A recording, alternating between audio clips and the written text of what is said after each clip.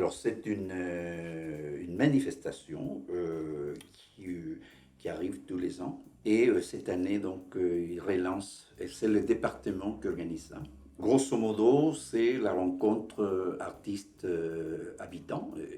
Notamment, c'est un moment, c'est un espace pour les artistes de mettre en valeur ses œuvres, et les œuvres réalisées pendant l'année. Mais bon, dans chaque lieu, par exemple ici, nous, au niveau centre social, avec la commission culture du centre social, depuis une dizaine d'années, la commission culture qui anime ce réseau d'artistes.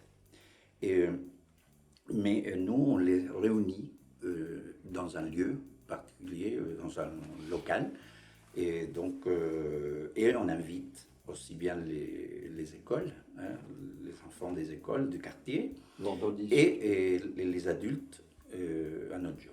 Je fais aussi quelque chose place de Verdun et ça va se passer à la bibliothèque pour tous.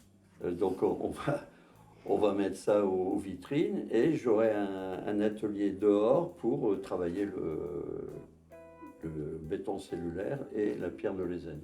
Alors très bien, parce que là, Voilà. Jean donc, parle les activités autour de ça. Donc tous les ans, on réunit un collectif d'artistes.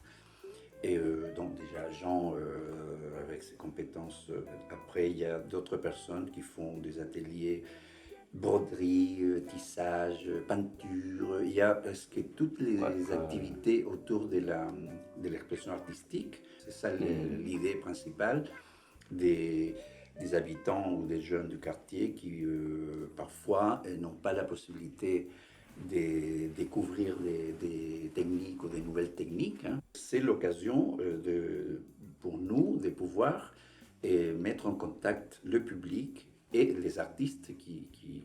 Moi, Alors, il y a juste Ouais, un vas-y. point, ce qui est intéressant aussi, et dans ces quartiers en particulier, c'est qu'une bonne moitié des participants, c'est des autodidactes, hein, de ce qu'on appelle artistes Des amateurs. autonomes, autodidactes, et les triple A. Tu te souviens? Non, mais on a déjà parlé des écoles, mais je crois que le point fort, j'en ai discuté tout à l'heure au département, parce que j'ai dit, nous, enfin, moi personnellement, mais je crois que tout le monde, surtout le vendredi, parce qu'il y a les écoles qui viennent. Et je me souviens que, donc, on reporte en 2019, il y avait au moins 3 écoles, 3 ou 4 écoles, je ne sais plus. Enfin, mais ça, c'est, pour moi, personnellement, c'est le point fort.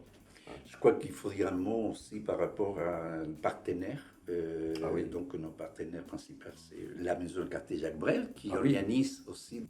Et au niveau des participants, c'est les écoles du quartier, quoi, école Bossuet, Claude Bernard, et Verlaine, Verlaine, etc., qui vont être invités.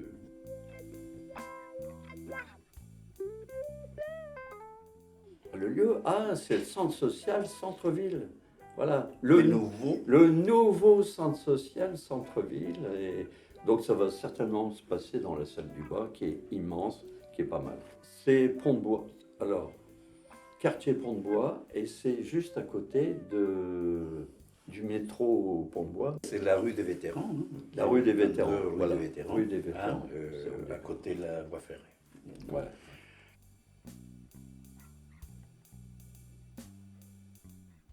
Pour cette année, les portes ouvertes d'atelier d'artistes, donc c'est le 1 et le 2 octobre, hein, vendredi et samedi.